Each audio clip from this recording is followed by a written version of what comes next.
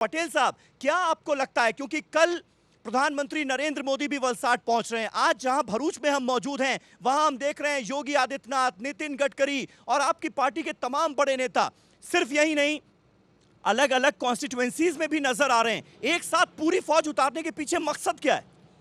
Bharatiya Janata party का जो हर एक आगेवान है, आज हमारा राष्ट्रीय अध्यक्ष जेपी नड्डा जी, ये भी यही डिस्ट्रिक्ट में है। योगी आदित्यनाथ हो, राष्ट्रीय युवा भाजपा के अध्यक्ष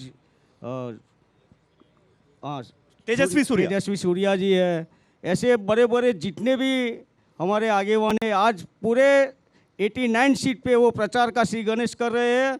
और प्रजा के बीच में जाने का जो माध्यम है वो भारतीय जनता पार्टी का आगेवान होता है, भारतीय जनता पार्टी का कार्यकर होता है, एमएलए होता है, सांसद होता है। सभी प्रजा के बीच में जाके भारतीय जनता पार्टी की जो विकास की गाथा है उसकी बात करता है।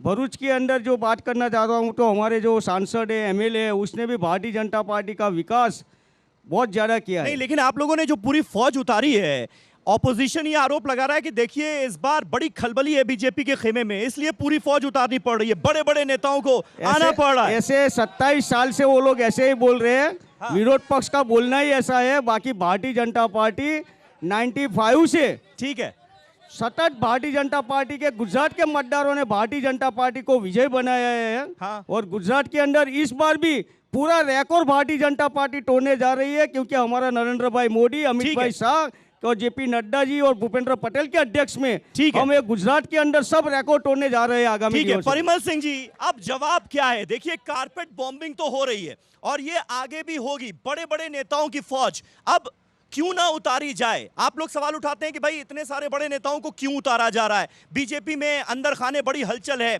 परेशानी है, इस वजह से ऐसा किया जा रहा है। लेकिन उनके पास तमाम ऐसे बड़े नेता हैं केंद्रीय लेवल पर जिनकी मास अपील नजर आती है, वो गुजरात में आएंगे तो जाहिर है जनता पर उसका असर तो पड़ेगा। क्या मानते हैं आप? आने वाले दिन में कांग्रेस से भी राहुल जी, सोनिया जी, प्रियंका जी, गहलोत जी, शक्ति सिंह जी, 10 से बड़े नेता गुजरात में भी आ रहे हैं, भरूच जिले में भी आ रहे हैं। आने वाले दिन में जिस तरह से भारतीय जनता पार्टी ने 2017 के मैनिफेस्टो में जो बातें रखी थी, वो बातें में आप देखा जाए तो 65% जो उनके मुद्दे थे, एक भी मुद्दा आज अमल नहीं हो चुका है। 65% मुद्दा आज प्रजा पूछ रही है कि 2017 में जो वादा किया था वो वादा क्यों नहीं निभाया, ये प्रजा पूछ रही है और प्रजा के बीच में हम जाएंगे। लेकिन आप ये सोचिए कि 27 सालों से बीजेपी की यहां पर सरकार है, एंटी इनकम्बेंसी का दावा ऑपोजिशन की तरफ से हर चुनावों में किया जाता है, लेकिन नतीजे जो आए हैं वो, क्या आपको नहीं लगता कि गुजरात की जनता एक तरह से मोहर लगा रही है बीजेपी सरकार के कामों पर? ऐसे में आपको क्या स्कोप नजर आ रहा है इस बार कांग्रेस पार्टी का? 27 साल से सत्ता में नहीं थी, ये बात तो सही है। लेकिन जिस तरह से प्रधानमंत्री गुजरात में आते हैं, जिले में आता है और प्रधानमंत्री मंच पे से बोलते हैं कि कांग्रेस के लोग अंदर से काम करते हैं, अपने को काम करना चाहिए, यही बात की साबिती देता है कि आने वाले दिन में गुजरात में कांग्रेस की सरकार बनेगी। ठीक है नरेश ठक्कर साहब, ये जो अंदर खाने चल रहा है कांग्रेस के खेमे में, इसे लेकर दिल्ली तक बड़ी चर्चा है। कहा यह जा रहा है कि भाई अशोक गहलोत ने एक मंत्र दे दिया है कांग्रेस पार्टी वालों को कि ज्यादा शोर शराबा नहीं करना है, बहुत ज्यादा प्रचार नहीं करना है, लेकिन अंदर ही अंदर काम करना है। वो ग्राउंड पर कांग्रेस पार्टी के वर्कर्स ये काम करते हुए नजर आ रहे हैं, क्या इसका कुछ फायदा होता हुआ दिख रहा है क्या? गुजरात में अब की बार जो विधानसभा का इलेक्शन हो रहा है उसमें कुछ पिछले 3 विधानसभा के रिजल्ट देखते हैं तो भारतीय जनता पार्टी की बैठकें कम होती जा रही है। दूसरा, अब की बार त्रिपांखिया वो तीन साइड का फोर्स लगा हुआ है। आपकी भी एंट्री हुई है। पहले भाजपा और कांग्रेस के बीच में ही लड़ाई होती थी, 2-3 कुछ अपक्ष या 1-2 ये बीटीपी वाले जीतते थे।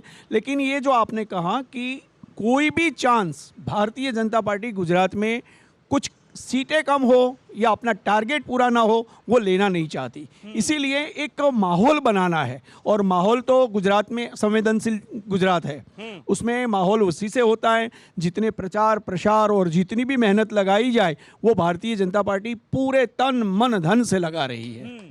भारतीय जनता पार्टी पूरे तन मन धन से लगा रही है, लेकिन क्या कांग्रेस पार्टी भी ऐसा करती हुई नजर आ रही है क्या? नेचुरल जो चुनाव प्रचार हुआ उसके आधार पर नेचुरल है कि कांग्रेस के पास इतनी ताकत भी नहीं है।